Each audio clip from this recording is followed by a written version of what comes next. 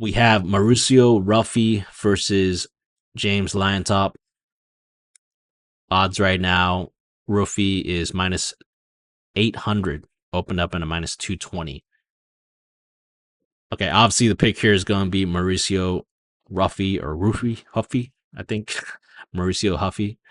Yeah, I mean, I wish that the odds just were not that wide because I would definitely play it. I understand why this was steamed to that. I mean, but like minus 900, minus 800. I feel like everyone's just buying into the hype at this point, right? Because this guy, Mauricio Ruffy, I mean, he looks like a Brazilian Conor McGregor. There's no other way around it. Just look at his face, his frame, the way he fights. Even like he has a beautiful straight that Conor also had. Some like spinning kicks. He had some highlight like the highlight scissor takedown that he tried against Jamie Malarkey. So this guy has some. He just has a lot of hype around him, and I think that is why he's getting steamed to minus 800.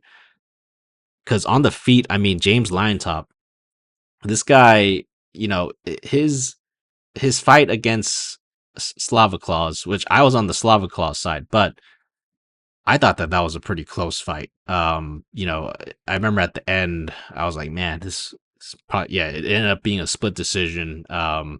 So it was a close fight. I had Slava Claus winning, but I thought it was going to be not as close. And Llontop actually showed me a lot more ability than that he had. And I consider Slava Claus a pretty good striker. So,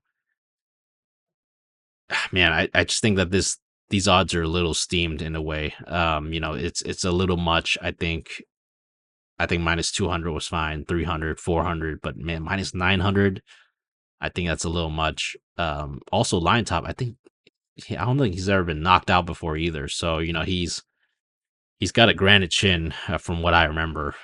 So, I could easily see this being a decision, honestly. Obviously, Ruffy does have some dynamic KO power, so he can catch you. He can definitely get knocked out. Just because you haven't been knocked out before doesn't mean you can't get knocked out. So that's always in play. But I honestly wouldn't be surprised if this was a decision going to round 3 and maybe it's like a 29-28 Ruffy or something like that. So picker is going to be Ruffy. I'm going to say Ruffy probably via KO still.